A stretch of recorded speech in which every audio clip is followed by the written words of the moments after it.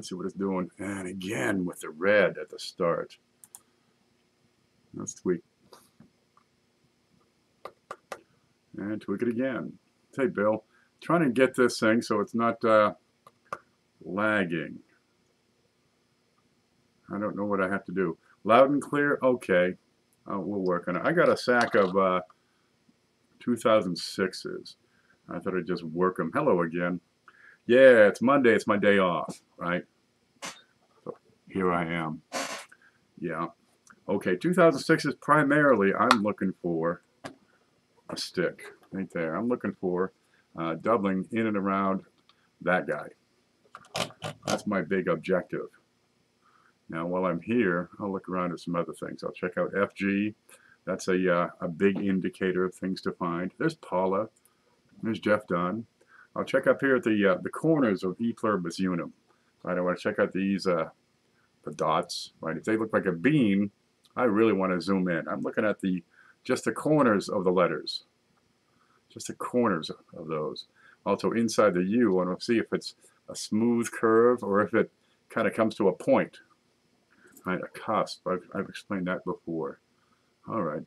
Well, this one looks pretty normal. And I'm going to check out the letters down here, like the N, right, or the O, where they show up really good. Good afternoon, and everybody. Amanda says, more beautiful coins to fill my eye holes. How do you do that? It's something like that. Okay. But also, while I'm here, I want to look at Liberty because I want to find buy errors, and always check the date. Okay, and while you're at it, you can check the year. Good. Now you probably got about 4 rolls in this sack.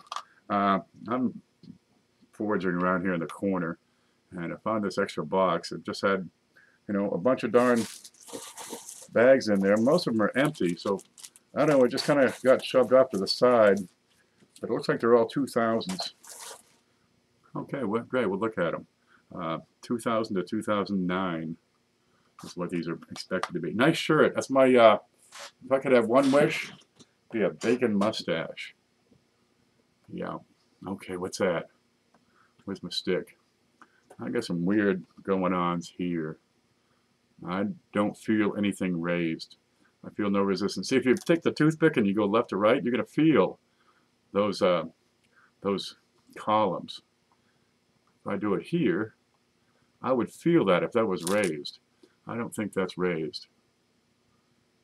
Okay, those are just spots. Gosh darn it. Okay, look at the FG. Look down here. Check the dots. That looks pretty normal. 11 in chat and 1 like. Well, I barely started. Yeah, but I was talking with Shrey just a bit ago. He went live again, but I can't hear a thing.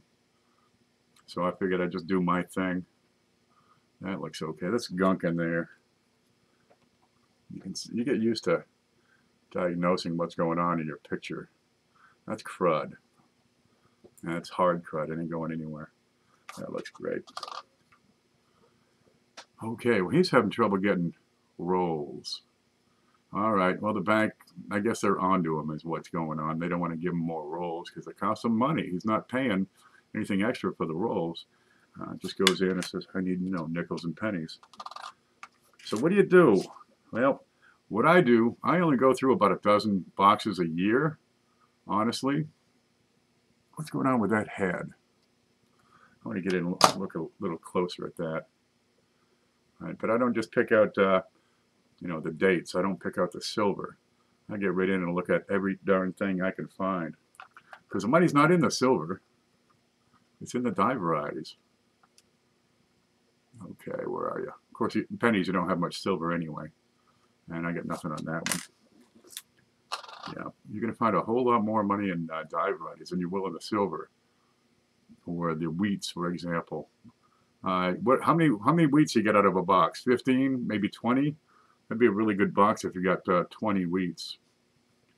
And if they're good for 4 or 5 cents a piece, that's a couple of bucks. All right. Well, for all the hassle of going to the bank, getting the rolls, taking them back, wrapping them up, counting them out, or dropping them in the machine, which is going to keep 9%. Well, you really ought to get your money's worth out of these rolls. And it's not found in just picking dates, really maximize it. And it takes me all year to get, you know, a dozen boxes. Dude, I did not get through a dozen boxes this year for sure. 15 or 20, yeah, it's more like 10 or 12. And, you know, they're circulated, they got crud on them like this one. I can't see a thing on that. Okay, don't even bother. Now, some of them ain't worth looking at. Once you see this kind of crap, just throw it off.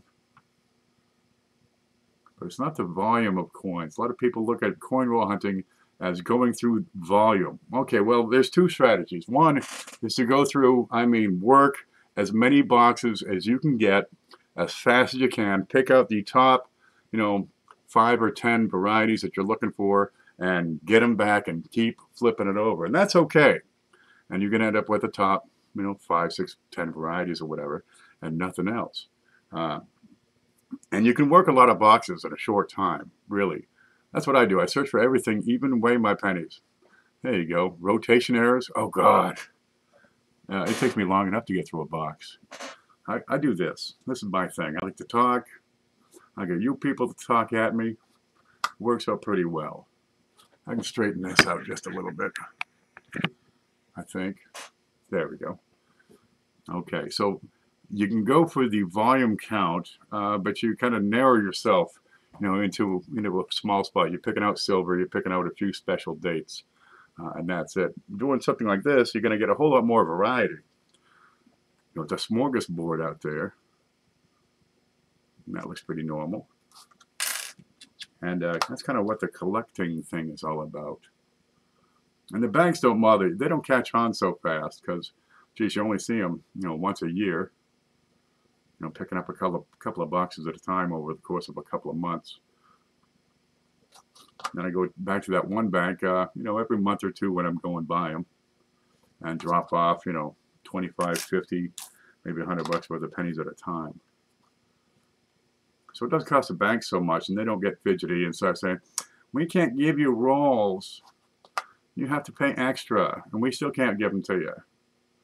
Okay, I'd like to close my account, thank you. Then the bank manager comes over. What's the problem? I can't get what I want. Oh, well, that's no, we can do that. Yeah? Tell her. Tell the freaking prickly woman behind the counter. She purses her lips. Oh, man, you ain't going to get no love out of her anymore. All right. So, geez, you got 2,500 pennies in a box. That's a lot of looking. Dude, there's all kinds of stuff in these. I'm going to give that a look. I got some sort of angle across his shoulder. There's my stick. Why can't I hold on to one stick? I need to tape this to myself. A little bit of an angle right there. There's one. Okay, what's the best way to look at a coin? It's not really, the camera's good, okay? It's handy. It's just a tool. This baby, by far, is the king of tools. You'll see more with that. Aha. Aha. What you got here is a clean spot. Well, yeah. You're going to get a whole lot more detail out of that loop than you ever will out of this electronic gadget. Seriously, you get 2 megapixels is what you're going to see right there on that that photo. All right, now you can blow it up some, and that kind of helps. But you're going to get the equivalent of 500 megapixels out of a keen eye and a 10x loop. And that's no fooling. Your eye's going to pick up stuff this little scope never will. So don't get so hung up on the technology. Instead, get hung up on the idea of learning what to look for, how to look for it, how to identify it, how to find your tools. There's one. I'm going to sharpen this pointy stick. Okay, that's probably good.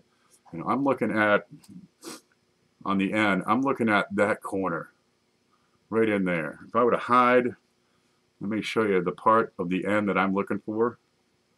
There it is. That's how close I'm looking at. I don't care about the rest of it. I want to look at that corner. right? I'm looking at those tiny points. I'm looking at, where is my pointer? I'm looking at the sides. Oh, look at this. We get a little bit of extra shadow on this one between his knee, right against the column, between the knee and the ankle. It kind of sticks out a little.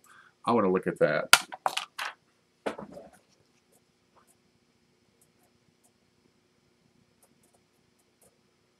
And there's nothing there. Okay. Well, your loop will tell you. Okay, I'm looking at the points on the letters. Because if I'm going to see doubling, it's going to be a point that's just split just a hair. Yeah, it's not attention to volume, it's the attention to detail that this calls for. Well, if you want to do volume, hey man, that's up to you. 2006, and I got a big fat die break in his head here. Okay, it goes from, well, you can see it, that big blob, the crack extends up at a 45-degree angle, goes straight down to another blob, and ends right about here. Yeah, I'll keep that sort of thing. I'm nuts with that stuff. Just because Ken is awesome, man, when I get to $100, I actually get some of that money that people put in the super chat. Looking at the actual figures, I get about half of what you send in that way. Well, we'll work on it. I'm going to put it towards like the microphone that I chucked over here. That was no good. The speakers for this thing that I got to get, and the third camera, so I can do, you know, the big shot, the close-up like you got here, and the headshot. Because I like the way the setup I had before. I keep track of what's going on a whole lot easier. I think it makes a good show. So that's when we're going to be putting it forward. Yeah, this one that's the one that will not focus. It's usually on the stand here. And the stand's getting kind of wore out too. I hate that camera passionately. I like to get a better one. But it does pretty good as a headshot. Okay, where are we here? Nothing around there. FG is normal. The points look good. Take a look at the dots. Looks good to me. I used to just look at every penny from each roll, then open another roll. But I find it easier to open all rolls and separate into bags by decades. Yeah, that's what I do. Then I break it into years later on. Reason being, I find something funny. I say, huh, that's funny. Is that supposed to be like that? I've got a couple hundred more, same date, to use as a reference, ready to go. All I can do is grab another one, put it right beside it. I can compare. Geez, does that look thicker than normal? Boy, does that look filthier than normal? But I've got another example at the ready, and I compare the thickness of the tail of the S, or the center of the two, right here in public. That's ready for me. That is just plain, oh, God. I'm going to have to wash my hands. Let's see. Keep on going. And before I go through a date, I can refresh myself on what to look for. All right, I go check up Wexler and see what he's got. That's a big gash in front of his face, so it's gone. So if there's something that stands out, like a E pluribus unum that's doubled, I'll know to check on that. That's kind of filthy. Okay, keep going. 2006 is right. Bill Betts, when's your next coin auction? Oh man, I want to do it Friday, but there's no way I could get this thing to work well. We got to back up. It's supposed to be every other Friday. And geez, I could probably use the money. I should have one soon. We got a bunch of stuff for sure. Dude, there's always stuff. I could just clean off the desk and auction what's there. But I got some Lincolns coming, some wheats. You know, not the sack of wheats, although we do have plenty of those around still. I still talk like a team player. We still have those. Yeah, now it's me and my invisible friends, though. That looks right.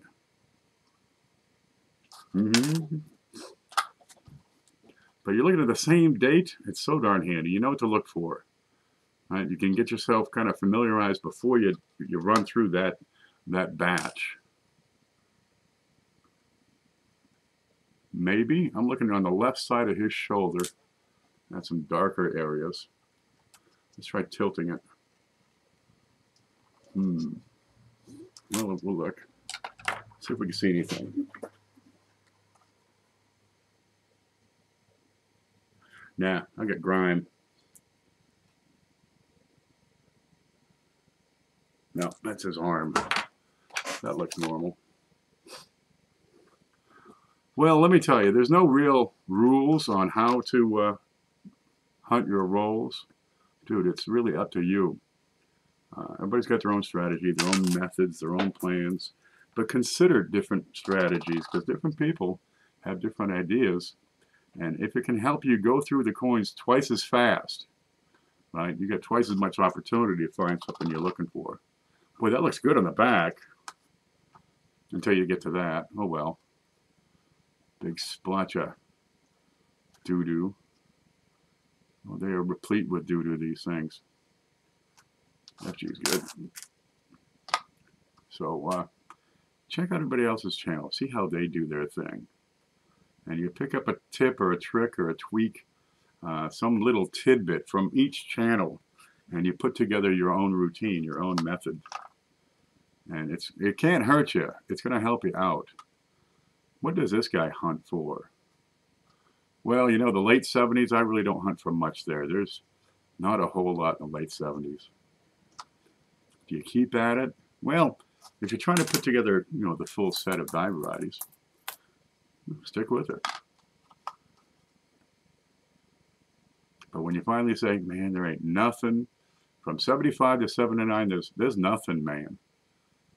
Well, then you miss out on what might be there. But you're going to go through those boxes a whole lot faster. Really, it's up to you what you want to look for. You want to find every single thing? Try one box, right? Using somebody else's method. You break it into, you know, go through the rolls. As you're unwrapping them, you're going to sort them into decades. You're going to pick out the wheats. You're going to pick out the foreigns. You're going to pick out the neat stuff. I mean, right fast. Meanwhile, you're sorting as you go. When that roll's done, you got them broken up into the decades. 6, 7, 8, 9, 10, 0, teens. It ain't hard. Get a few cups, Ziploc bags, mason jars, whatever you got to have. The cheapest way out would probably be the Ziploc bags, you know, and a pen.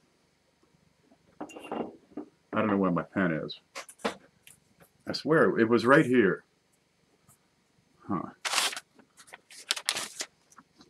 Oh well. Get 2 pens. You never know. Anytime is good, doesn't matter. When's the best time to get rolls from the bank? I find the best time I found is around Christmas, like December and January. Yeah, after Thanksgiving, December, January, you got people screwing around. They got to get the, you know, the super blue Tweaklebot for their precious little snowflake, and the thing's $300, and they're gonna hit. I mean, the couch. You're going through the tool drawer. You know, the box, the drawer in the kitchen that's got like nothing but junk in it. Yeah, they're rifling through that. They're going through their, you know, under the couch cushions. What do you see? Anything? Nah.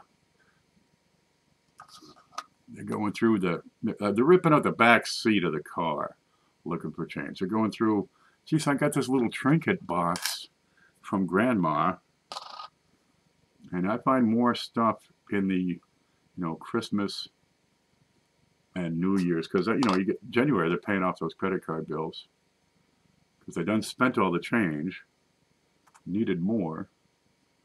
We'll just charge it, because nothing's too good for our precious little snowflake. Okay. Go in debt for that, youngin'. Man, I'm so glad I don't have kids. What's going on here? That is a massive discoloration. Okay. Well, you get a lot more customer wrapped rolls in around the holiday because everybody's running their coins back. Fact of life, that's the way it works. Well, grab them up. I grab a dozen boxes, and I did not get through this year's boxes. I still got probably 4 boxes worth over here, and we're coming up on Thanksgiving at an alarming rate. Well, okay. That's funny. Let's have a better look. Okay, that's pretty sharp after all. At this level of magnification, I'd be able to tell if that was a split.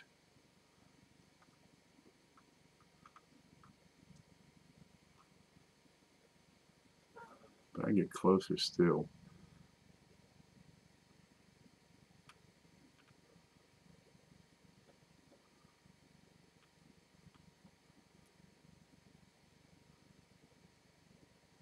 Sorry for wiggling around so much. It's the coffee. Okay, nothing there. I'll come back up to a reasonable level. But if you get them all at the same time of the year, you're putting a couple of $100, $300-400 in at pennies, and they're going to sit around all year. Well, gee, some people don't have that to, invest in inventory that's going to sit on a shelf for 6 months. Some people, geez, you can get $100. You can run to the bank, get 4 boxes of pennies, work them this week, take them back and repeat it next week. And like I say, you can go through a lot more volume, but you can't find as much variety. And the money's in the dime varieties. And the pennies, it's not in the wheat cents. The whams are doing okay. You can get a few bucks on those. I want to look at that one.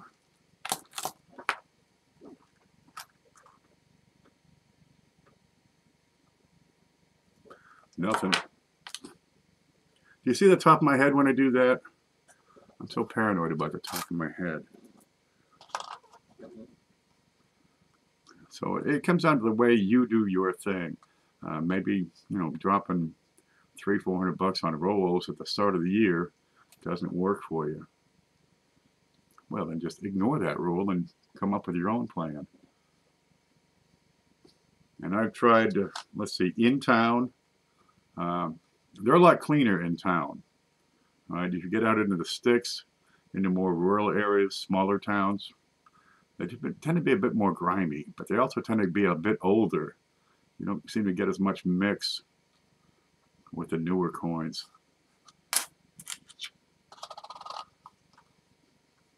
So, geez, I can get more 60s out, say in over by Lake Butler.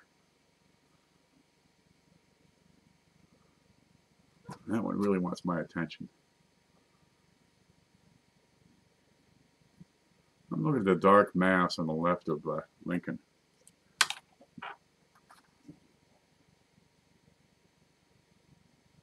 Which is nothing more than a blob. Okay, where'd it go? Yeah, it's just a spot.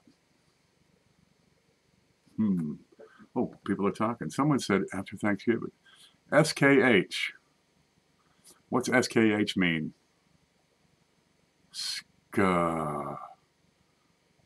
Spiked head? Hi, Barbara. How are you? What the Frank? I dug up a 1995 DDO last week, a 2000 Wham the week before, and saved about 30 pounds of known years to go through as time permits. There you go. You'll find out which dates you want to hunt for the most. And, if going through late 70s is not your thing, take them back to the bank as soon as you like. It's up to you, man. But you're not checking 98, 99, 2000? That should be the first thing you go after. SKH is my local grocery store. I can almost hear the jingle in my head. SKH. Boneless chops, $4.99 a pound. Semi-boneless pork chops, $5.99 a pound. What is semi-boneless? Dude, no. It's either boneless or not boneless. There's no such thing as, semi-boneless. Well, we kind of got most of the bones out, so it's semi-boneless. What are you selling? Partially dehydrated. There's no such thing as semi-boneless. Stop selling that. There's black steel. We'll go through a bunch of 2006s, and we ain't found nothing yet. I mean nothing. Let's scroll this up a little. Come on. Which way is it? Okay, that might be as good as we're going to get. Semi-boneless. To avoid on choking the bone loss. Yep. Now watch out for the bones. Dude, it's pudding. Huh? Watch out for the bones. Yeah. Well, we told you it was semi-boneless. Well, yeah, but you didn't say there was a bone in it. Yeah. Litigation. Okay, spot, or I'm going to guess that's a spot on Lincoln's left.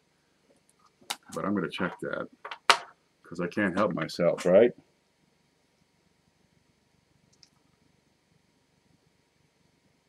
Spot.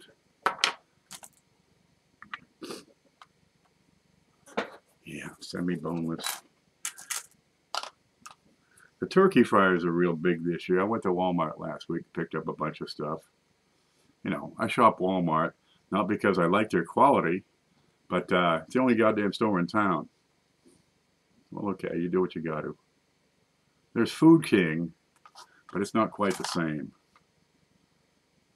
Food King is so 60s.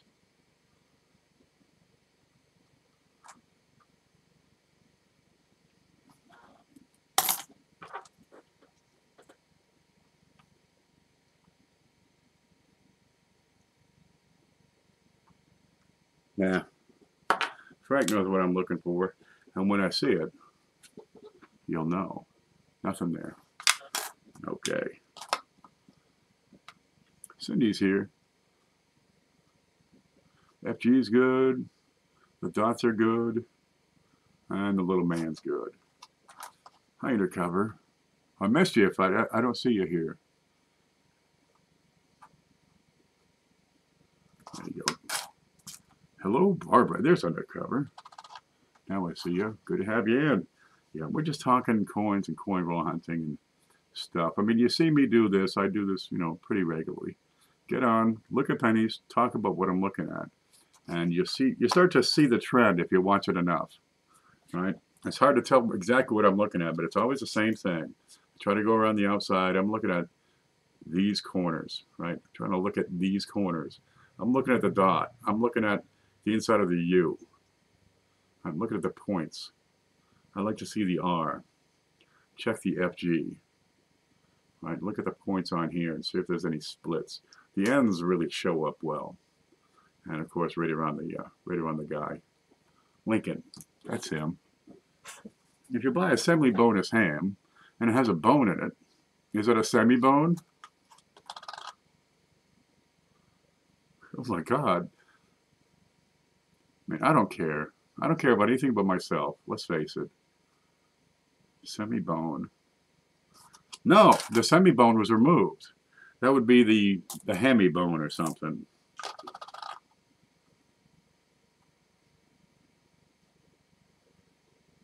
What's that blob? Okay, that's discoloration. That's, they got to rinse the darn things after they soak them in the juice to plate them. Rinse off the electrolytes, and it just leaves this shit all over them. Excuse my French, but pennies used to be pretty. They sure as hell ain't now. What do you got there?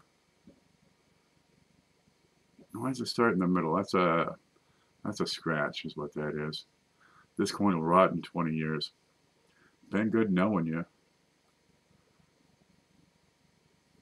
Nothing in there. Hi guys, how are you doing today? Hey Brian. Brian's going on at 5 o'clock, so we're going to get over there and watch him. Send in $5, get in to win it, that sort of thing. Yep, he'll have his hat on. His hat wearing day. Does a red spot hurt the grading? It doesn't help it any. Once you get into, say, 67 and higher, it wants to be a consistent color all the way across. I mean, 66s are pretty shiny. And geez, you got these darn spots everywhere. Yeah, you can get them without the spots, but they are few and far between. I mean, you got millions, billions of the darn things being made, and you got, 1,000 coins greater than MS-67 nowadays. Are you shitting me? No, the spots aren't helping. You can get to MS-66, possibly 67 with the spots, but getting past there, not going to happen. So, geez, you get those new rolls. I mean, pick out the best, because, yeah, they can be a couple of $100 if they have no spots, if they don't have contact marks, if they don't have scratches all over the darn thing like this one does. Look at the ear. I'm looking at B-I-E. I'm looking for chips in between the letters here. I'll look at the top of the head. And some show up later, like on silvers. Spots? Yeah. Geez, what is it? Humidity and heat. More than anything else, that causes the most toning on these coins.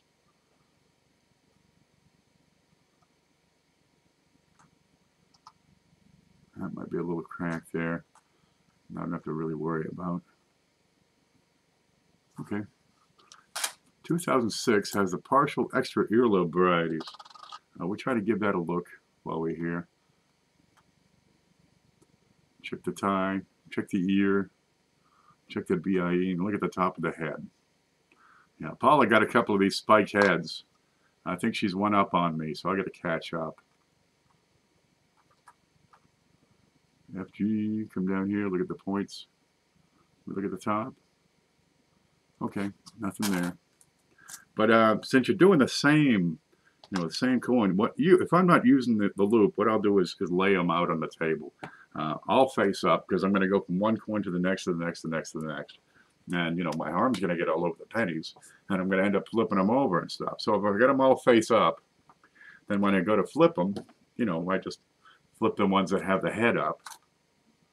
And then I can repeat and go right through them real quick. It's a little bit faster this way, I think, going through the same date. I have another one, but I gave up trying to send pics. You too? Yeah, I got no bite on that 2-center I sent in.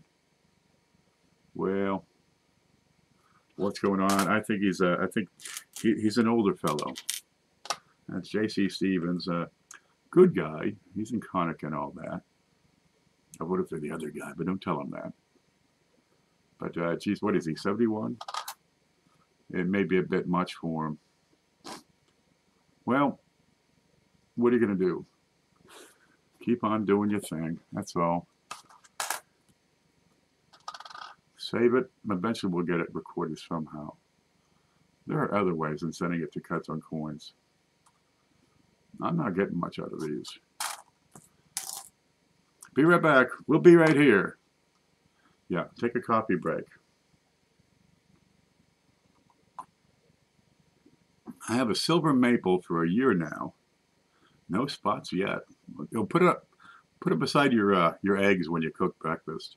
Cover it. But watch what the heat does to that coin over the course of 3 or 4 months. It's going to change the color.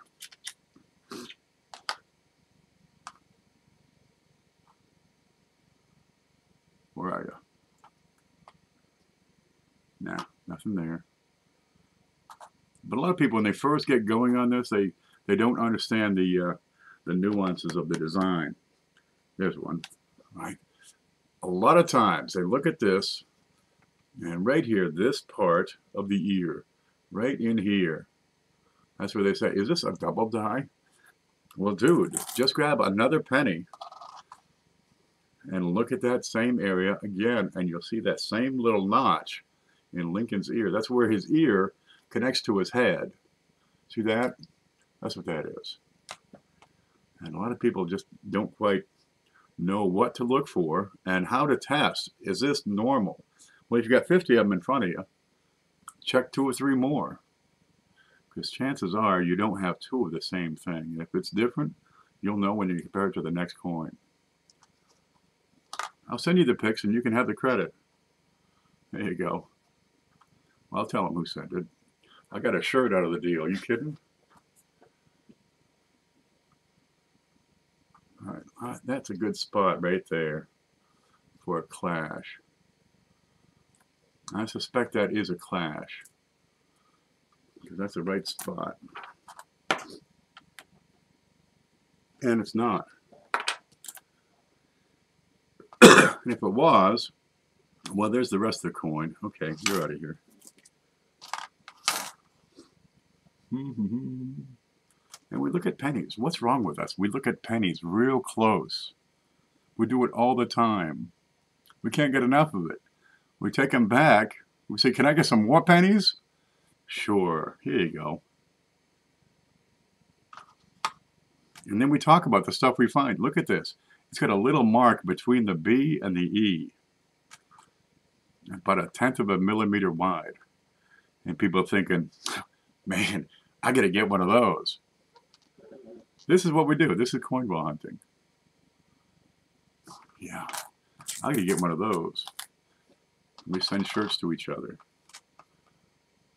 Yeah, I'll send you a shirt, but I'm not done wearing it yet. You can wash it and send it back. It's a whole lot easier than dry cleaning. Cleft lip. Hair lip, hair lip! Penny perverts.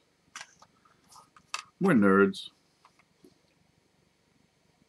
But I'm quite impressed that, you know, little things such as the a little extra raised metal beside the statue, people will pay money for those. Pass. All right. Back to the laundry. All righty.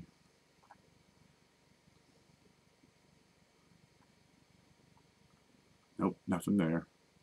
Is that a hair? No. Nasty spot. Wow. 4, 5, and 6 tend to have a bunch of these class 8 double dies. I haven't found one yet today. The hint of a couple of them. Oh, this is very low on spots. Okay, until you get to that one. Well, sometimes they get new rinse water or something. Or they put soap in there. What is it that makes them come out with few spots? Care. I can't imagine the people at Jordan Metal, Jordan Zinc doing much of that. Yeah, very few spots except for the base 6, 7. Let's look at the other side. Wow, that's almost a keeper. Bet it back and forth. It's got some discolorations. Here's what we're talking about. See the subtle differences in color, because it is copper. And you can slobber on it while you're talking. You know, you can leave a discoloration on there. Plus you get the the spots we always see on these other ones. Say that one where they're just looks like freaking smallpox or something. There you go. Well, that's a pretty clean one. But it's got a, a spot, or let's see, contact mark. Here's a rinse spot. Here's some kind of other doo-doo. Okay, well, it's probably 64. All right, let's have a look here. I'm really not seeing much for wear. Top of the head, above the ear, the bow tie. Okay, just a trace of wear in here. So this is AU. But it's an AU58. Let's look at the stairs. You're going to find wear. First appear right here at the bottom of the memorial. Right? But there's a trace of wear. Not much. Okay. Dude, getting these high-grade coins out of circulation, almost impossible. Embrace the idea that most of them are circulated. That's where you start. There might be really nice AUs, but they're circulated. Right here, just a hair on his top of the ear and his chin. And the vest there.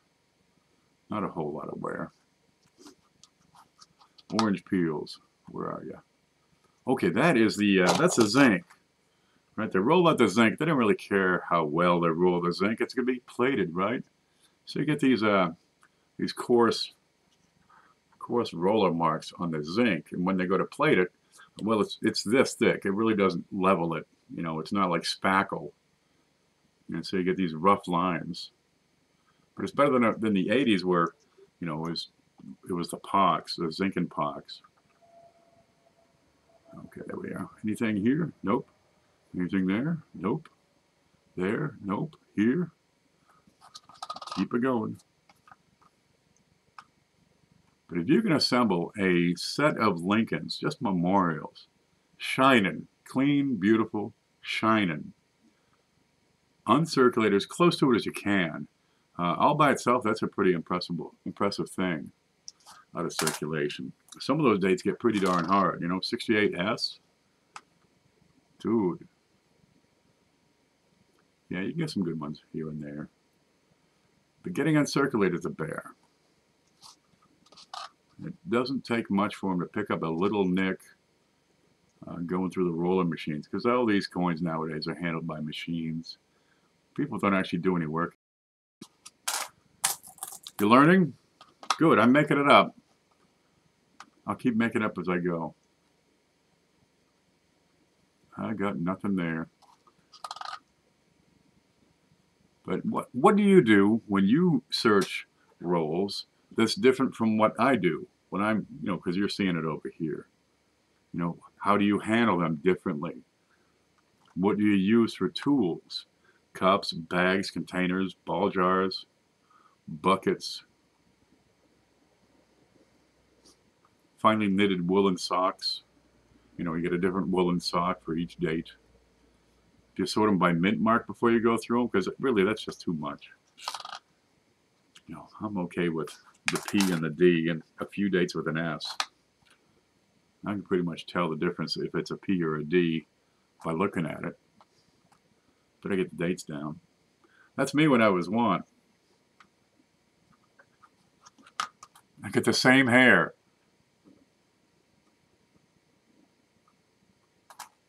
True story. Belt sanders, you can use that. You ever have the belt sander races?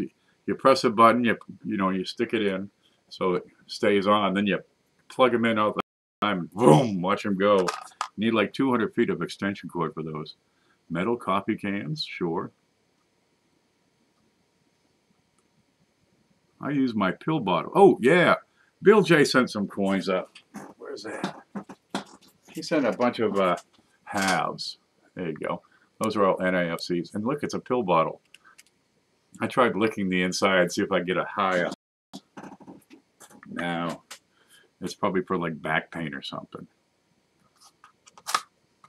The Yuppa girl, Amy Smith, you're back. Just found a Canadian 53 NSF hanging 3. Oh, damn it, man. What's NSF? Not safe for work? Oh, that's NSFW. No shoulder fold. Cool.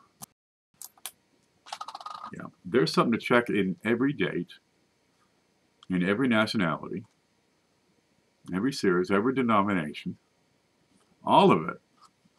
And some of these have good value. Of course, the more of you can find, the lower the value goes. So you better find it fast. And my first cut, outstanding. I got like 1, and it's retained. It's really not that impressive. Down here below the vest. It's not very impressive. That's a splash below the E. Nothing on the head. Way to go. Yeah, see how we get excited about such things. Nobody else in the world will get excited about such things. Huh. That looks awfully weak on that side.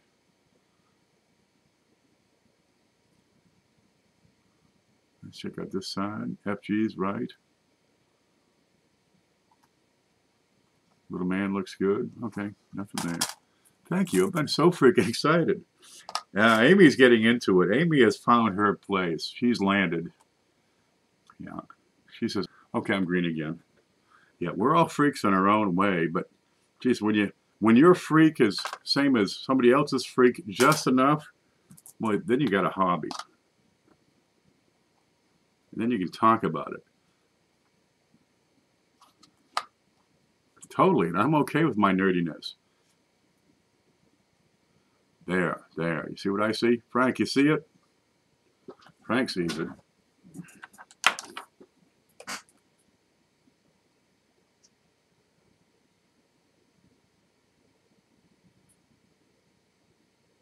Well, Frank knows what I was looking at. But that's not it. There is a bit of crud sticking up right there, that triangular looking bit. Yeah, and it went away mostly. Okay, that kind of imitates what I'm trying to find. One of those double die reverses. What's going on in his hair? He's got cramp in his hair. Needs some shampoo. Crud. Badly. She's been bit by the variety bug. Yeah, they're out there. You can find them. We do it all the time. You can go through a sack of pennies. You might find two that are, odd or different. Like so far we found what? This. So far we found one out of everything we're going for. Just dye chips in the head. That's all that is. Well, how would you get dye chips like that in the head? Well, the dye would have to subside, wouldn't it? Just kind of break. You got a hollow inside the dye that gives. That's how that happens. And if they're really bad, you get cracks all over that coin. But a lot of times it's just that little bit. Nothing there. Lots of texture on this one. That's okay. The way the hobby works, you start to just collect the dates, right? Ooh, I kind of like the idea of, put together a full set of these, one of every year. That'll be kind of neat, because I don't know anybody who has one of every year penny, and they're all, brand new. You can show it off and say, look what I got. And then you say, oh, geez, you mean there's a D on some of these? Okay, you got to get those now. And you get the whole set. Then you go back another year, at another year. You get the 60s, the 50s, get into the 40s, and you can pull these out of your pocket change. You need to learn, these things. Some of these are valuable because there are other people out there who are such nerds that they're willing to pay good money. I mean, good money for a coin that doesn't have any spots.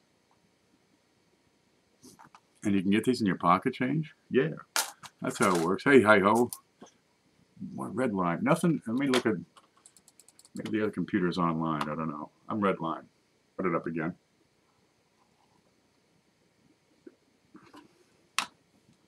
How was the big show last night? It was wonderful, Blues. It's actually still here. Monday I goof off. It's actually still here, but I got some of it packed up. I'll get it out tomorrow. I'm not too worried about the speed. They're going to be, anticipating it for an extra day. If you get a chance, check Wexler's 2006 DDO 34. Okay. Is that the ear? Or does it have your name on it, perhaps? I'm not going to load the page now. I find if I load pages while I'm streaming, it kills the stream. And I got a hard enough time maintaining a steady stream as it is. That looks all normal. Okay. So it starts as just a neat hobby, collecting all the dates. Or, just kind of getting one of everything. I got a penny, you got a nickel, dime, quarter, then the older pennies, the older nickels, the older dimes, the older quarters.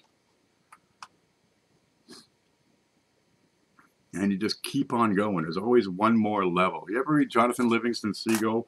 There's always one more level to achieve and move through to get to the next level after that.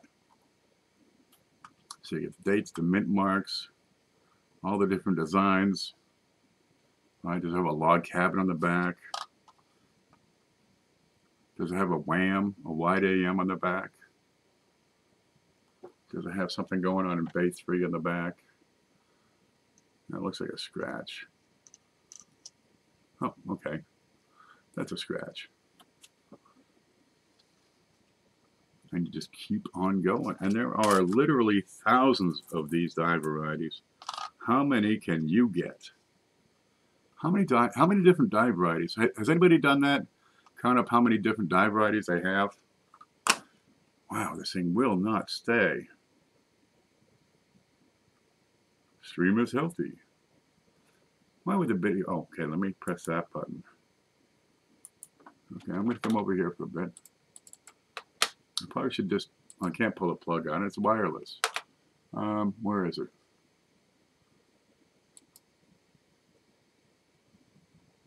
Disconnect. That might help. Try it. Gets complicated with varieties and errors to collect. Yeah, errors are unique. And I still see people confusing the lingo and calling everything an error when it's not an error. It may have been an error that created it, but now it's a die variety. Is this a real mint error? I can't look at that right now. Because if I look at that right now, it's going to kill the stream.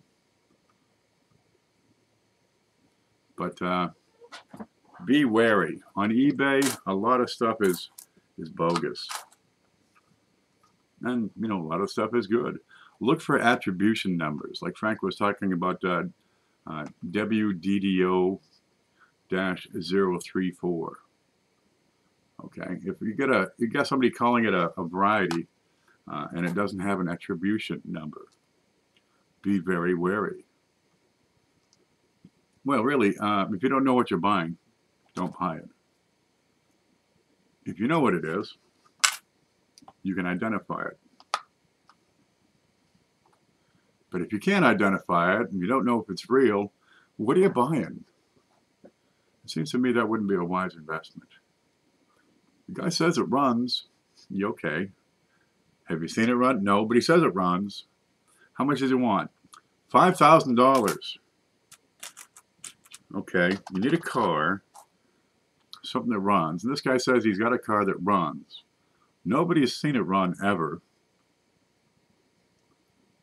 We lived to test drive it. Oh, the roads are muddy. He didn't want to get it dirty, so we didn't test drive it.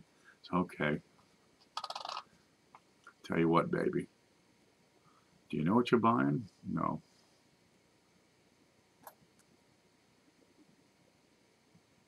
There are ways to verify it. If it's attributed, you can look it up. The various numbers have meaning, right? If it says DDO, that's a Konica designation. If it says WDDO, then that's a Wechsler number.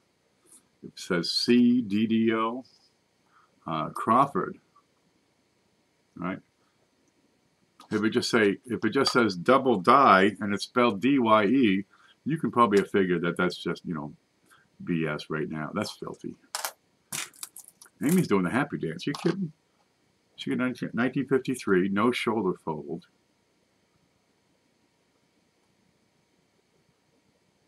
That's all good by itself. Yeah, I seem to have some extra metal on the right side where his elbow meets the column.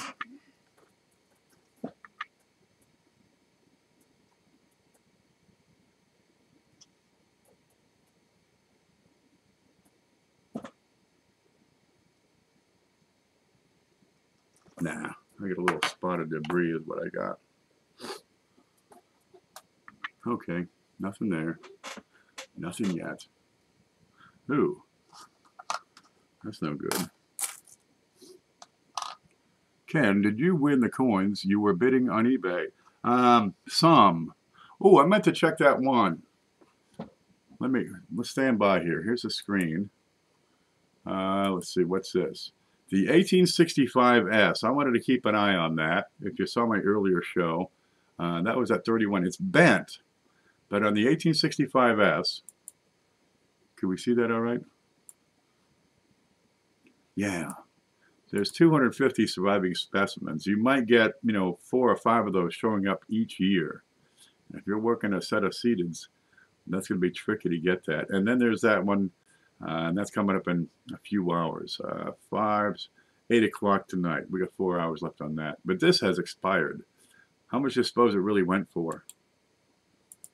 I bet you $32. 46 bucks. Damn it, man.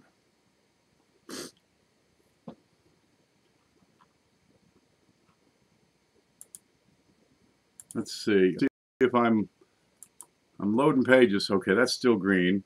That's good. And what's this say? This says I'm still green, so that's good. We looked at this coin earlier today. It's bent. Screen. Okay, good. It's bent. I mean, bent all the hell. Got 2 folds right in there, which is why on the right around the flag it's kind of extra wear because it's bent. But I figured that's about fine, right? Not including the bend, but the bend's going to affect it some. However, it's so darn scarce with 250 surviving specimens. Would it meet that $40 Numis Media fair market value estimate? Or what? It went beyond there. That's pretty neat, but by over 10%. Huh. Let's look at the back on that. There it is. I mean, it's a decent looking thing, except it's warbled. That's hard to get a hold of. Okay, there are times when even a problem coin is going to command a premium because they're just so darn rare. Wow. Yeah, that was at 31 when I looked at it last. Let's see. I can't tell you when. Oh, I know. How long have I been on? For an hour? Yeah. Connected again. Been on. What the heck's this? Bullion rounds? Okay. Some Canadian stuff. Yeah, I picked up a few things. A lot of for I mean, cheap as dirt. What's this guy got? He's got nothing. But I was picking through and seeing what he has. I think this one is what? Dude, this is kind of screwed up. But it's a 24D. Seems to have some wheat lines on the back, and the bid is $1.54 right now, but you got 3 days left. Yeah, we'll give that time. I'll put that on the watch. Home scope there. There we go. We're back. Okay. Hi, Mike Badger. Iceman and Steven are here. Inkman. Love Ken's material. Yeah, we're talking and looking at a bunch of 2006s because I got a bunch of 2006s. And we're trying to, how do you do your thing? Can you do a video and tell us how you hunt your rolls? I mean, you don't have to show exactly what you're hunting for, but show us your methods. What do you use for tools? Do you use a scope? Do you use a loop? Magnifying glass? What sorts of things do you look for? Do you check every single coin? I mean, if I got one and it's screwed up, I just kick it off to the side. Go around, show you what I look for. But there's methods out there that can improve your speed.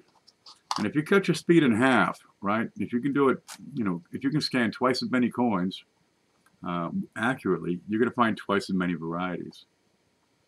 Well, it seems to me you'd make twice as much money, or at least acquire twice the value, just by being able to go faster.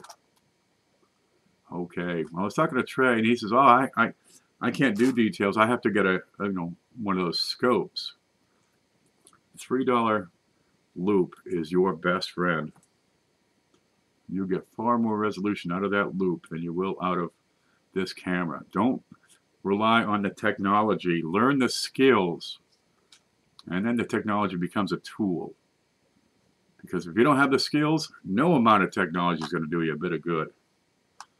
You can have a friggin' electron microscope, but if you don't know what you're looking for, or how to look, or where to look, or the techniques of tilting it and getting the right angle for light. What is that, a comet? It's an asteroid collision. You know, get the skills first.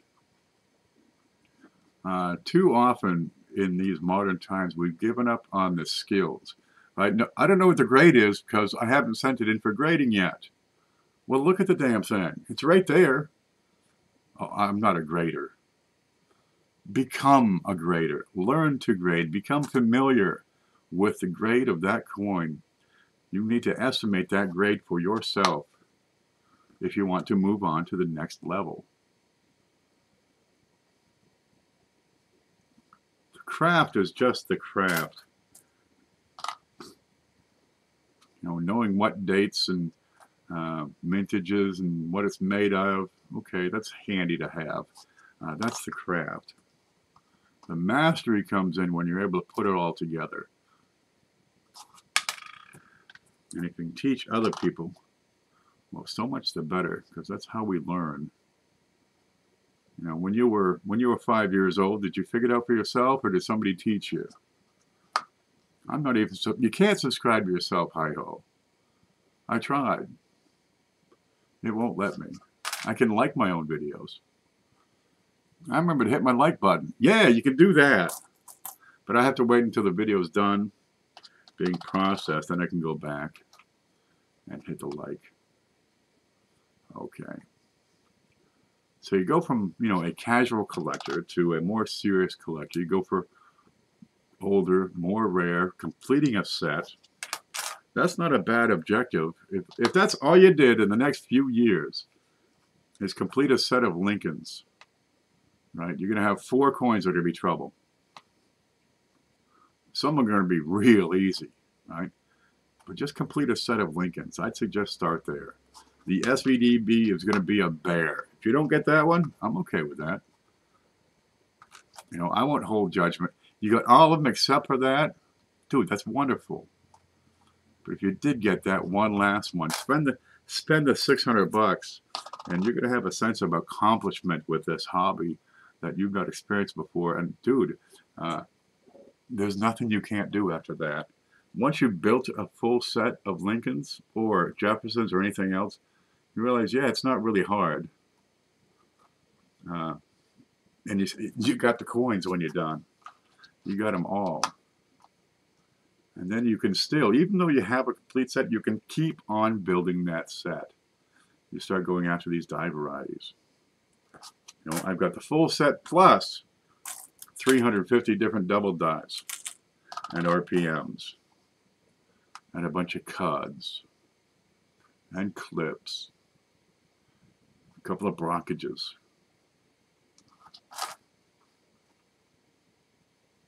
How many different Lincoln pennies can you get? Dude, a lot of them. Literally thousands. And when you have a set like that, it becomes truly impressive. I don't like your videos either, hi-ho. Says David. Oh man, hi-ho is going to give you the boot. He's going to put the kibosh on you. I can see it coming. What's that? That looks like damage. First thing, assume damage. And then you can prove otherwise.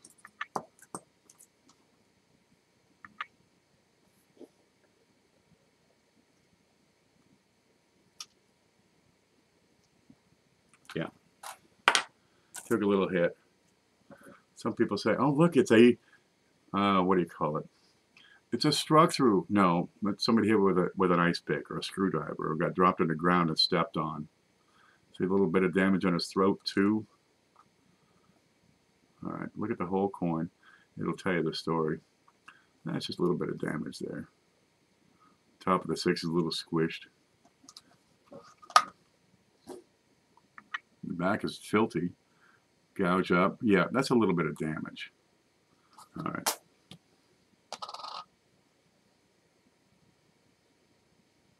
Oh, that breaks my heart when I see somebody putting up a coin and swearing up and down, swearing to the Almighty, this is a variety.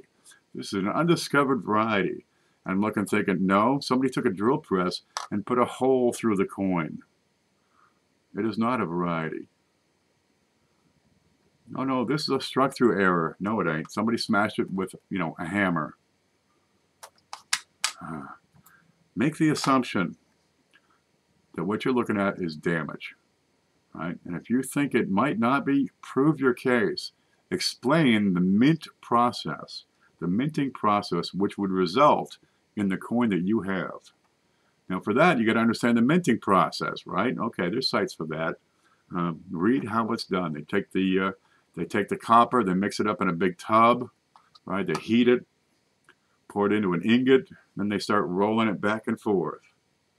And that's how you make this sheet. Then you punch the sheet, right? You get the little rounds out of there, just like biscuits. Then you put them through a milling machine, which is going to raise the edge. Right? You got to clean them and polish them and stuff in between here and there. Then you got to stamp them between the dies. And the dies have a process of being made. So if the design is not on the die, it's not a mint process if it's on the coin. Which means it's probably damage. 99 times out of 100 it's going to be damage. And the other one time of 100 it's probably damage. We love pennies, don't we? Yeah, we can look at these all day, which is good because that's what I do with my day nowadays.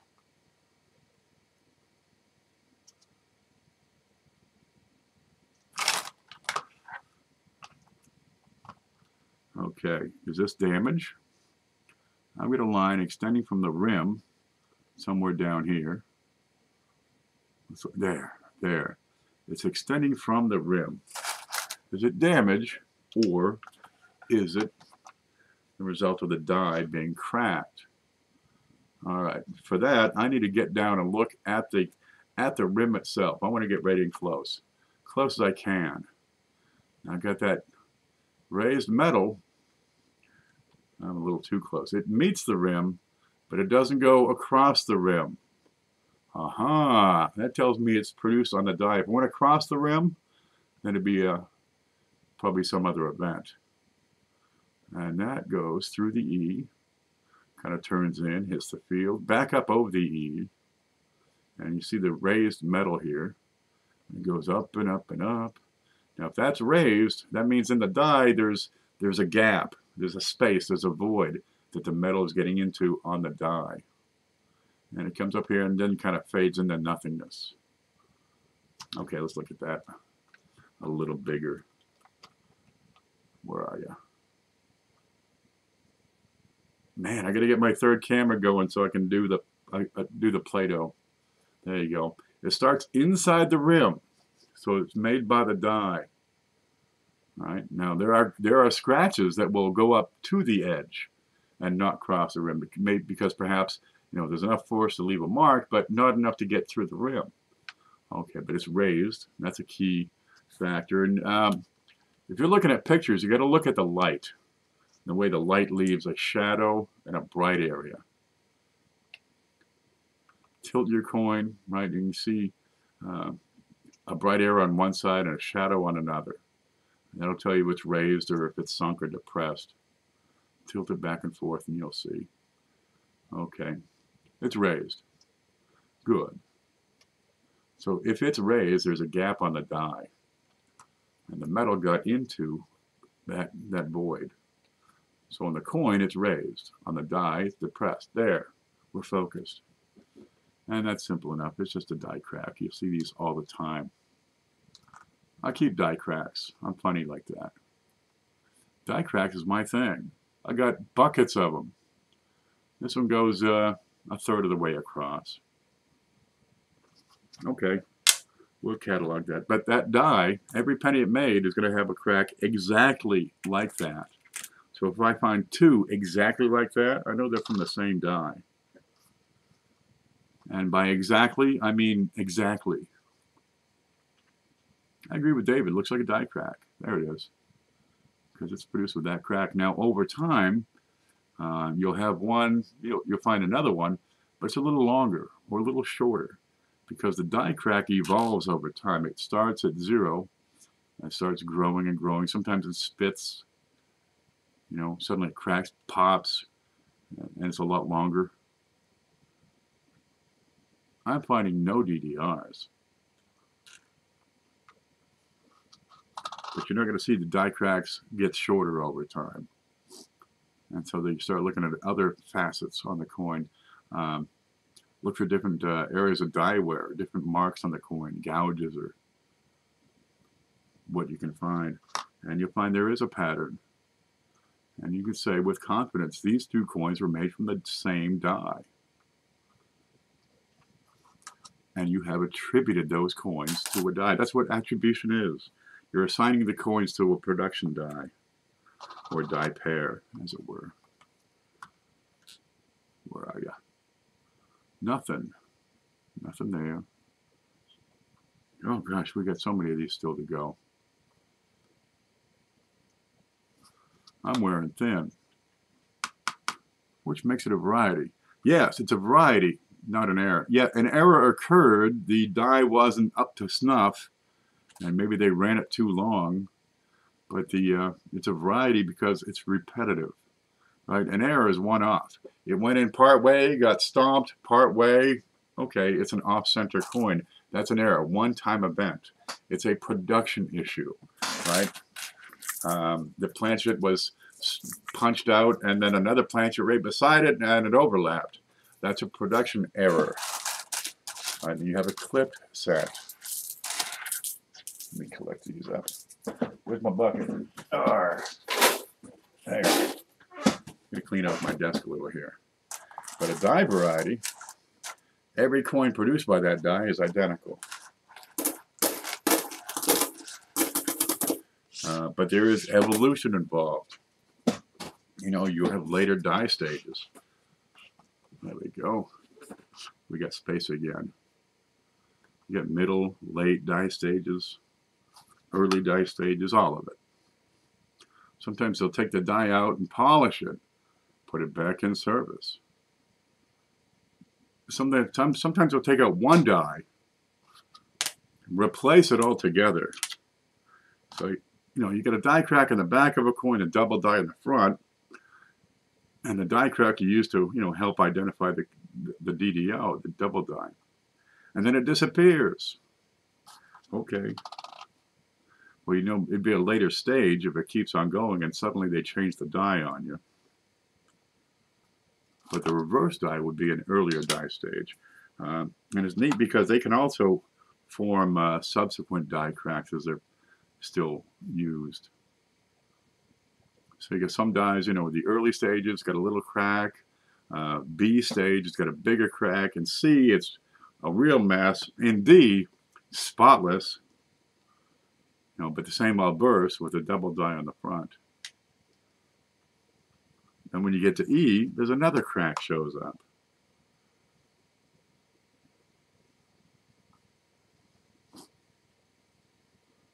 No little men, huh? Okay. So where can this take you, really? You collect them, you build a set, well, you build another set. You know, instead of just Lincolns, you do Jeffersons. So you get into Indians, or half cents, or buffaloes, or mercs, or whatever you got. Right? If you just want a hard-to-do set, do a whole set of brilliant uncirculated Morgans. If you can complete that, you're doing good. A coin with a die crack, will it change over time? It can grow, yes. It can grow, it can widen. It can even disappear. You know, they change out one die out of the two. And so let's say you have something going on one side of the die. You have a doubling in the date, right? But you're using a die crack on the reverse as a marker to help you identify that particular attribution number. Is that a crack? No, that's a scratch. There you go. But then you find some, it's got the double die in the front, right?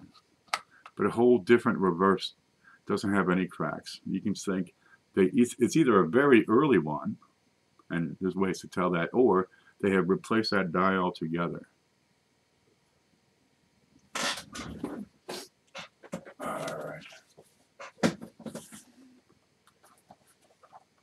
You ever heard the term emission sequence? Let me get you a good one here. I need a complex one.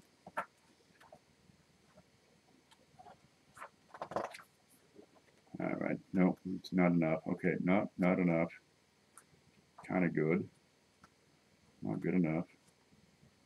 Aha, that's it. I'm gonna blow my nose real quick. Here, you look at that. No wait, you look at. Oh, to hell with it.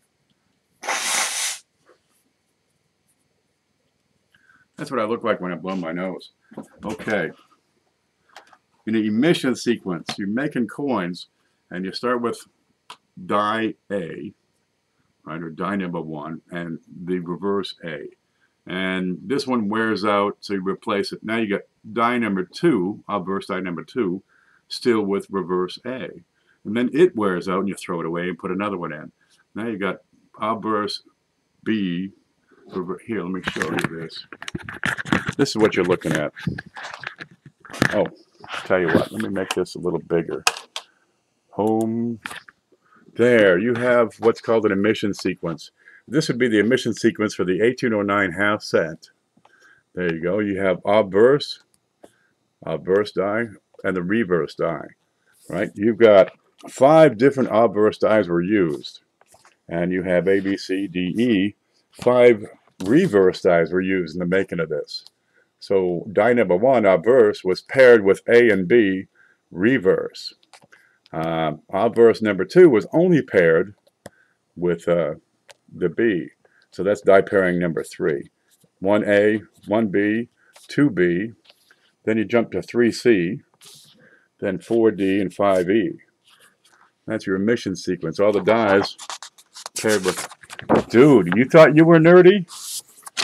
These people go through and determine, they sleuth what die was used with what die. There we go. What's this one? 1806. There you go. Oh, where's the 1808? I got an 1808 real nice one here. And I told you it's die pair 2. It has a second obverse. There you go. And so it must have the B reverse. So that's a 2B. And that's die pairing number 3. See the way that works? Obverse number 2, reverse number B. Now, obverse number 1 is easy. Got a regular size looking 8. If I can hold that steady. Whereas mine has this, where the hell is it?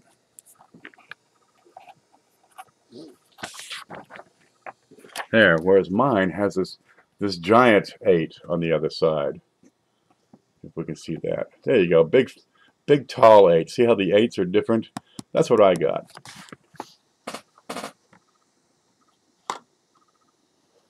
Here we go. Watch this. Watch this. Scope. There. See the big tall 8? That's the 1808 die number, obverse die number 2.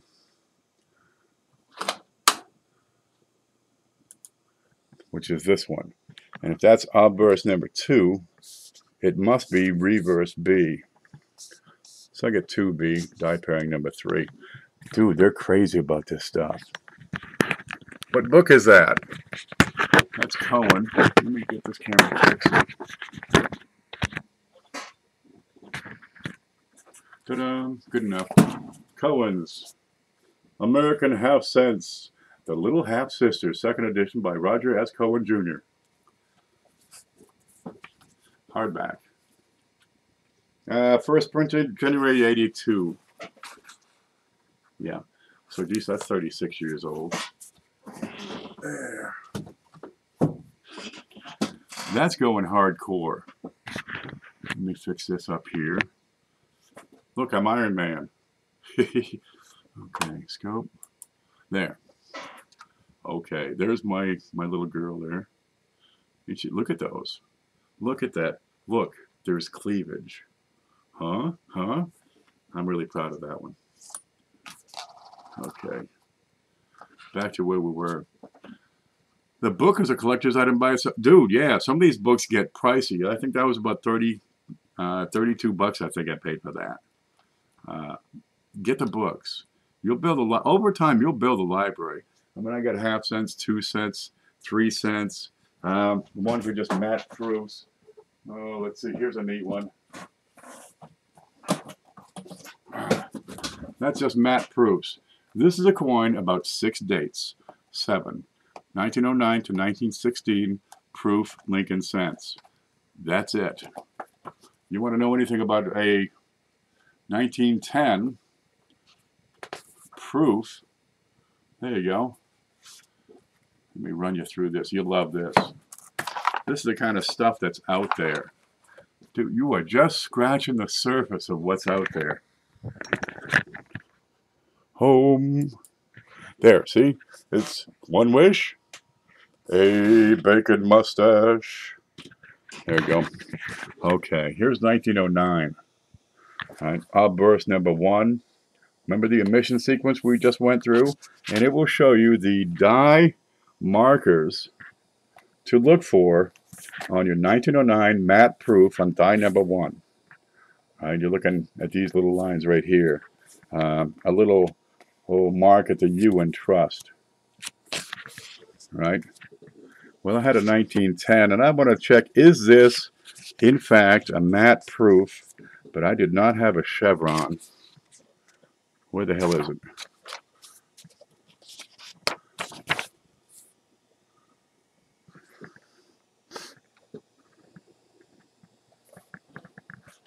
I don't have a picture of it here. Where is it? No, that's 1909. Okay, well, never mind. I'm sure it's a different part of the book. But it'll give you diagnostics for each die used. Because when you got these, you're only looking at a couple of dies on each one. You know, in 1912, you get 1,000 of them. Really? You get a couple of dies. And you know exactly what to look for on these dies. Gouges, fingerprints. And you want to know if your coin's authentic and genuine? Get the book. Something like this, you got, you know, 30 bucks, 40 bucks to the book. And if it saves you from buying a counterfeit coin that you're going to spend 3,500 bucks on, it's good stuff. Buy a box of tissue hankies. Reduce, reuse, recycle. Let me find 1910. Where the hell are you? No, must be in the back.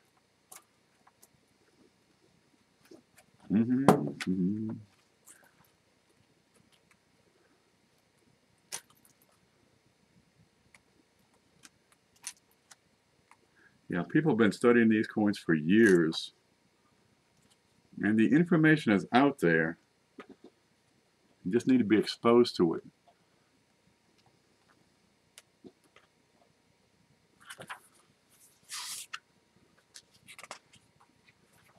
Where is it? I wonder what I've been looking at all this time. There it is. Oh, it's on the 1909. Here's what we're talking about. It's got a little chevron shape. There, right beside the M. And that'll be on the 1909 VDB matte proof. And they'll all have that. If you don't have that on your 1909 VDB matte proof, you don't have a genuine 1909 VDB matte proof. You got something else. You got a fake. That's what that does. Yeah. You know, pick up a book every few months. God knows what it is. Flynn has a great series. Snow are good. Cohen. Good Lord. Newcomb.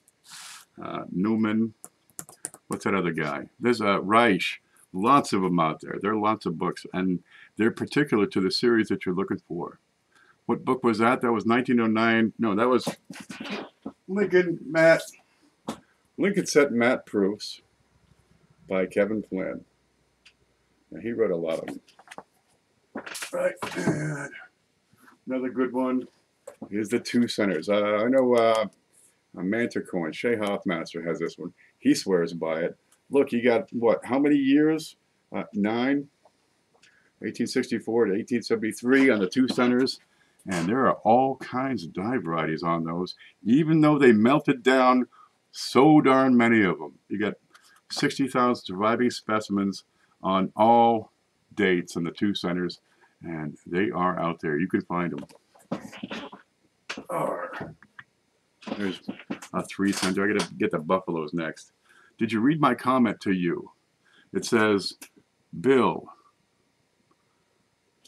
No, it says, thanks, Alan, everyone. No, I'm sorry, I was talking. Let me try to go back up. You could type it again. Yes, scored on eBay. What'd you score?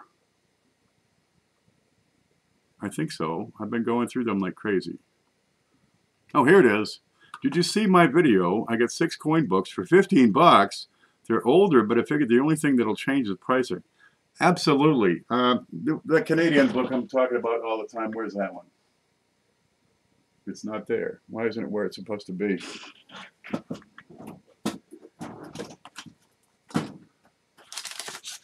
What the hell's my Canadian book? There it is. It's only there. Coins of Canada by Haxby. I talk about that one. It's the information doesn't change. The prices will, but the information won't. And you're looking at a $5 book, and it'll tell you all sorts of things about Canadian coins. An old red book.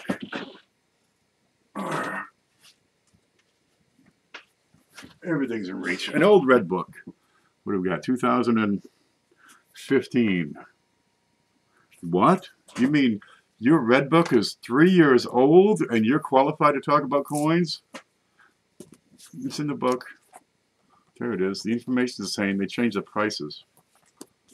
Every year you need a red book? No. If it's in with, if it's within 10 years old, it's probably good enough. I mean, a 20-year-old red book's going to be good up until, 1998. 15 books for 6 books for 15 bucks. That's probably a really good price. Seriously, I'd like to know what they are. And can you take a picture of every single page and send me the files? Got one of those in that pile. Oh, good. The red book or the Canadian Haxbys? Ken, why do old matte proofs have a die marker?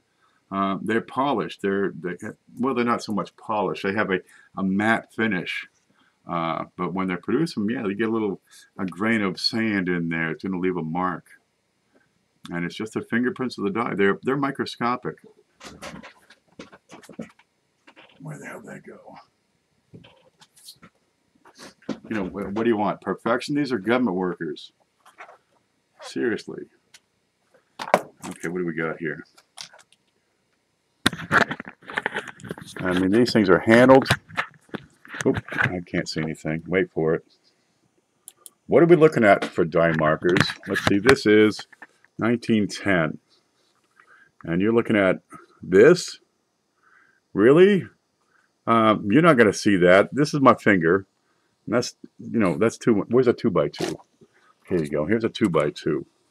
So the B here is almost 2 inches tall. In real life, it's a millimeter. So this gap here is 0.5 millimeter. And you're looking at this line, which is, 12 microns wide. And that's a die marker. Yeah, that's why you say that's the fingerprints of a coin, because you can barely see that with your naked eye.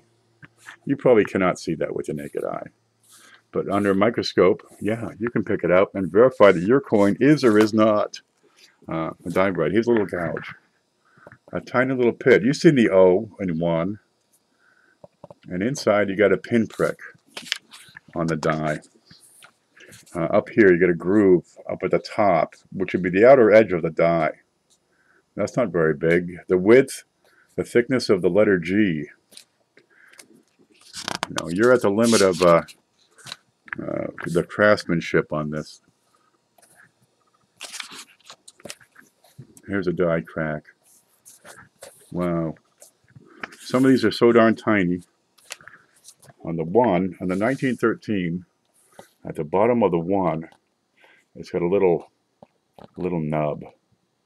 How big is that? If the 1 is a millimeter, how big is that little nub? It is tiny. Need how many power scope? Probably about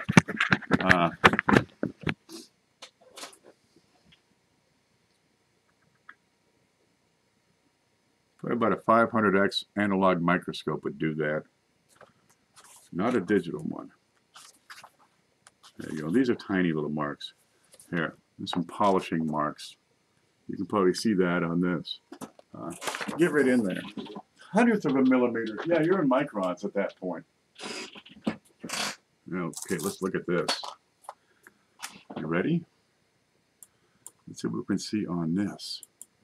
Okay, now all these raised bits, that's part of the planchet because of the way the zinc was coated. But if you look up around here, you'll see this on a lot of coins. Lots and lots of them. And we can go around. If you zoom in enough, you can start to pick out fingerprints. The little markers specific to that one die. And you might have to give it a little tilt. And you'll have a little ding or a dot that'll repeat on several of these coins.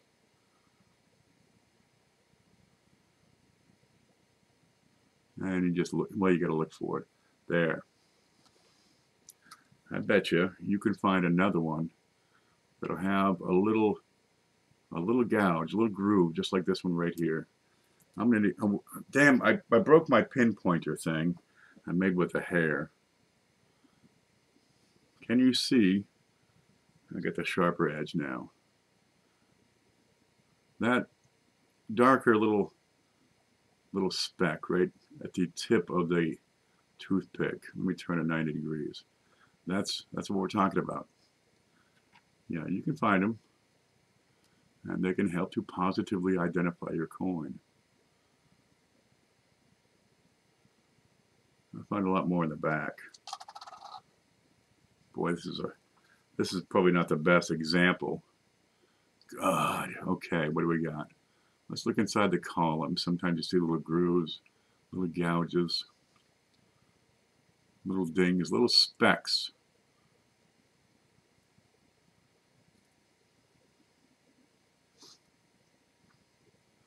And they can be hard to pick up. And keep in mind, a digital microscope, it changes the light on you. That can make it difficult. I mean, some of these could be specks. Some of these could be, little die gouges. Let's say on the inside of the E, I've got a little outcrop. That could be, for an example, a die marker. Ooh, there's one. That's perfect. That little bulge right there by the S, right up at the top. It's a fingerprint on the coin. Just when we want to be. Oh, the coin's here. I can't even cook because I'm hooked on this. You should eat. Every once in a while, go in, forward, feel around. If it's ready to eat, eat it, and then get back to your coins. I'm good with bread, some butter on it. Sometimes if there's no bread, I just eat the butter. It's enough energy that I can get back to the coins, and it doesn't take much time. Yeah, but you can find it. Every coin, every die has a fingerprint. There are no perfect dies out there. These zincs are probably not the best examples. I bet you I can find some better examples on these old coppers here. Here's one. Here's a good looking penny. What do we got here? It's a 1946 and it's grungy as could be. Okay, let's get up here. Right up around here are great spots to find these things. These little, just little lines, maybe polishing marks, maybe a little gouge. This is filthy. Perhaps that. Do you see a long line? That's the vest, and that's the rim, and we have this line right down in between. This could well be a, one of these markers you get on the dies. And it's just a little gouge on the die, and they repeat on every coin. Because when you put a little piece of metal under 300 tons of pressure per square inch, if there's a line on that die, just a hairline mark, it's going to show up on the coin. There's a good spot. Let's see. Up here beside the T, right? You see the space between the T and the rim? Okay, we'll move over just a hair. Boy, this is hard. And you see that little, like a little ridge. There's some contact marks, some gouges. But there's a little ridge right there that might be, you can find that on several other coins. Those are the fingerprints that we're talking about. Let's look in the back. What you got here? Boy, this is going to be hard. This one's kind of run down. Boy, that's beat to hell. Let's look at a different one. Here's one. There, it's a little better shape. Okay, what do you got?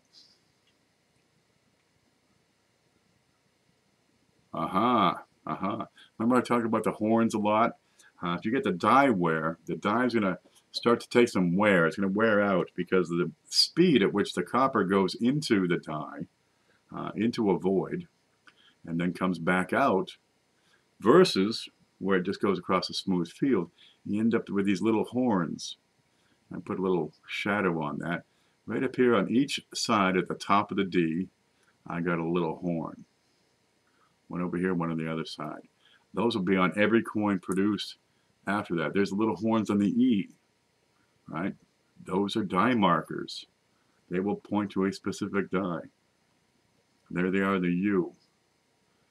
And every coin produced by that same die is going to have those marks. Now, earlier ones, they won't be as strong.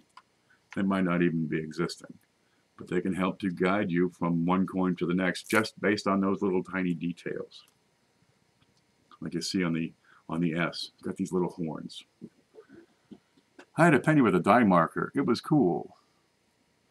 You get them. They're out there. I'm going to die crack. It's just a big fat die marker. Look, there's something. Right? I got a die chip in the 5, a die chip in the 9. Better get over here and look at this. Nothing there. That looks pretty normal. I better get up here and look at the eyeball. Looks normal. Okay, under the vest. Will you anything? There we go. I get a little groove just to the left of the VDB where the vest meets the field. And you can probably see that little separation there. That's just a little groove in the die. And that'll be on every coin this die produced.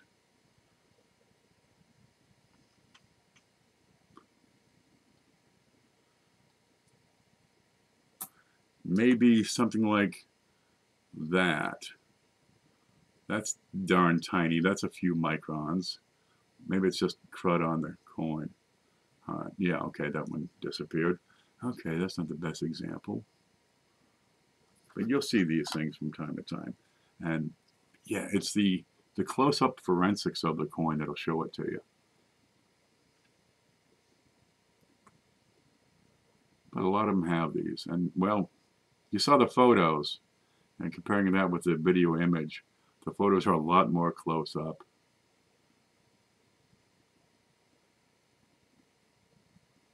Yeah, and probably with a lot better coin.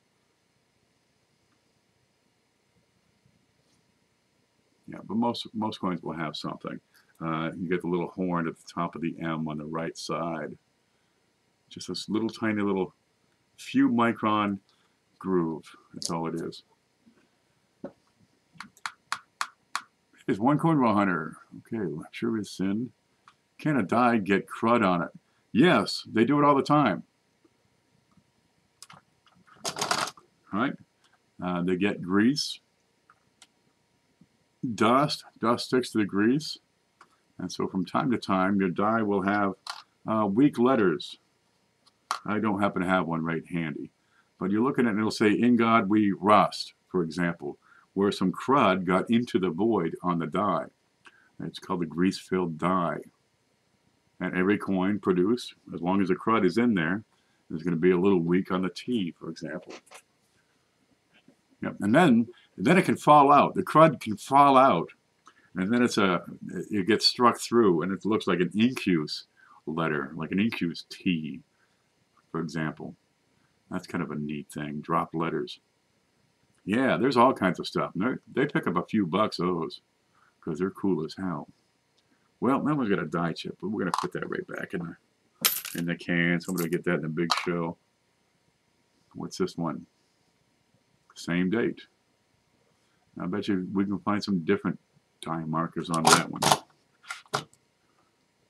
All right, we saw one earlier. Beside the VDB, this one doesn't have it. This is a different die. And it doesn't have it doesn't have horns on the letters.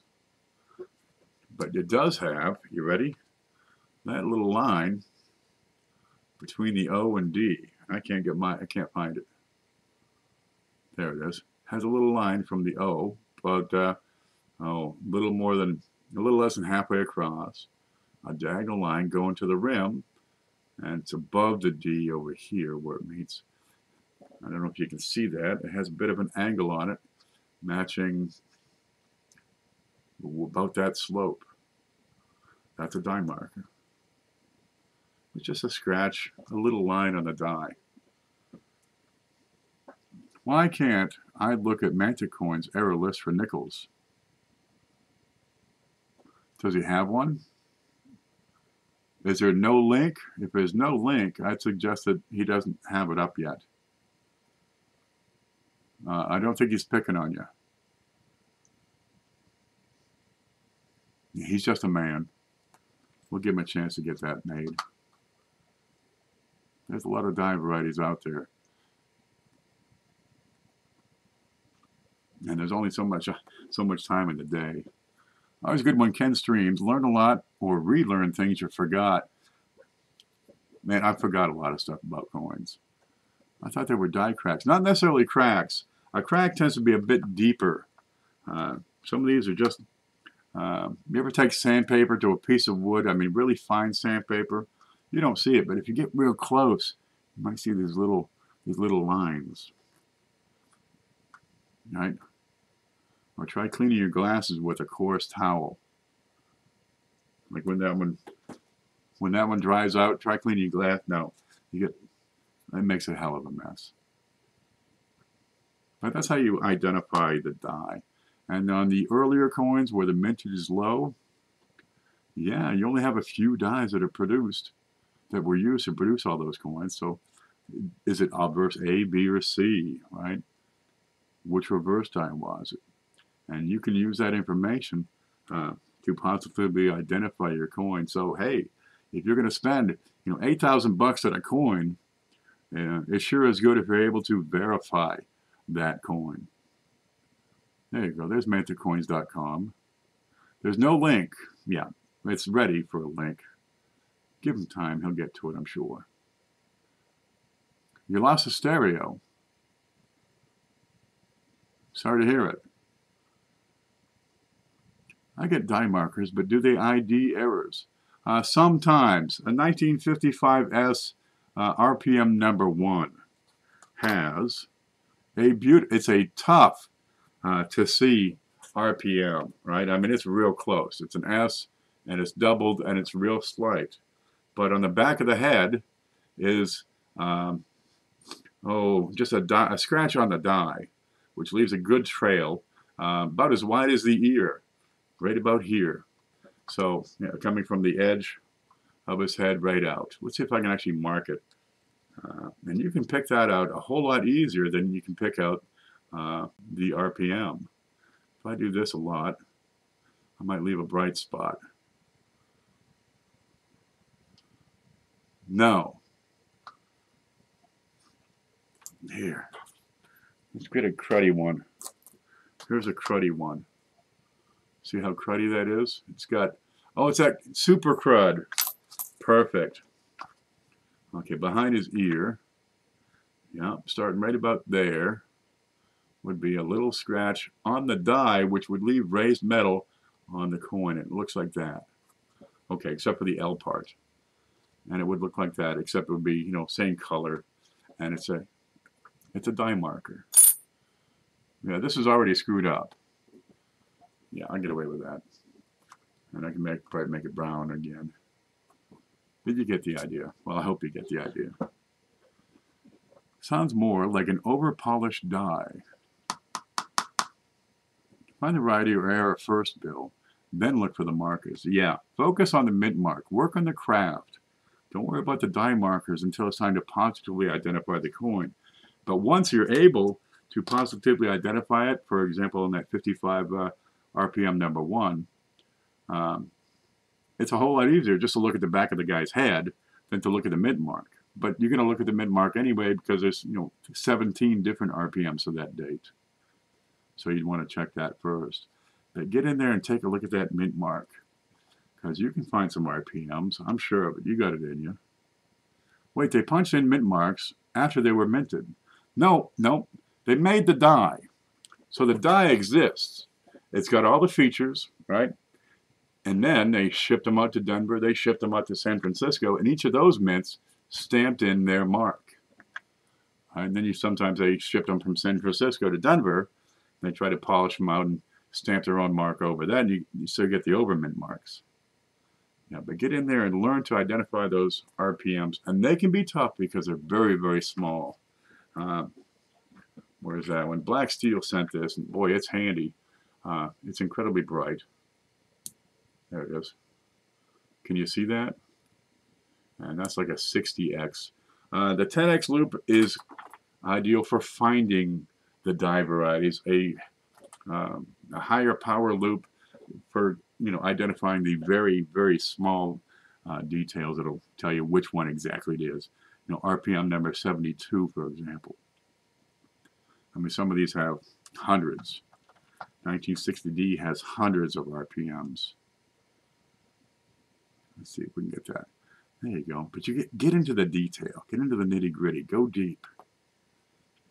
I thought before 1998, the mint marks were put in by hand. Before 1990, so up until 1989, they were done by hand. After that, they're added to the hub. But up until 1989, they were punched in by hand. So this one was done by hand. That's why they move around. What if I can find another 46D? What's this one? Well, that's a 21. Here's what's this one? There's a 57D. I'm sure we'll find another 57D if I go through these enough. 44D. Same position? No. And the mint mark design has changed too. And that's another thing you got to look for because some of these years have several different designs of mint mark. Okay, let's get these both in the same picture. Where are you? Okay, to also identify the mint mark, if it's an RPM you're looking for, you're looking at the height of the mint mark, especially in relation to, say, the tail of the 9. Some will be higher than the base of the 9, some will be lower. You look at the horizontal position. Is it further to the left, further to the right? Does it line up with the 9, or is it over past the 9? And they're usually in the in a similar area, but sometimes they're way out of place. There's a 52. It's way down here. I mean, the guy was just smacked out of his mind when he came into work, and he put that's good enough. Yeah, and sometimes they're real sloppy. I thought before 98. Yeah, before 1990 is when they were done by hand. So the dies were made at a certain mint for early coins. Yes, they were made in Philadelphia and then shipped out. So Denver added theirs and San Francisco added theirs. And they're done by hand. Yeah, if the guy was tired. Yeah. Did he skip a few? Could be. We will never know. Were, Denver coins produced without a Denver mint mark? We will never know. Now, we can tell on proofs, there are proof coins out there that don't have an S. And they're out there. So you want to check into that.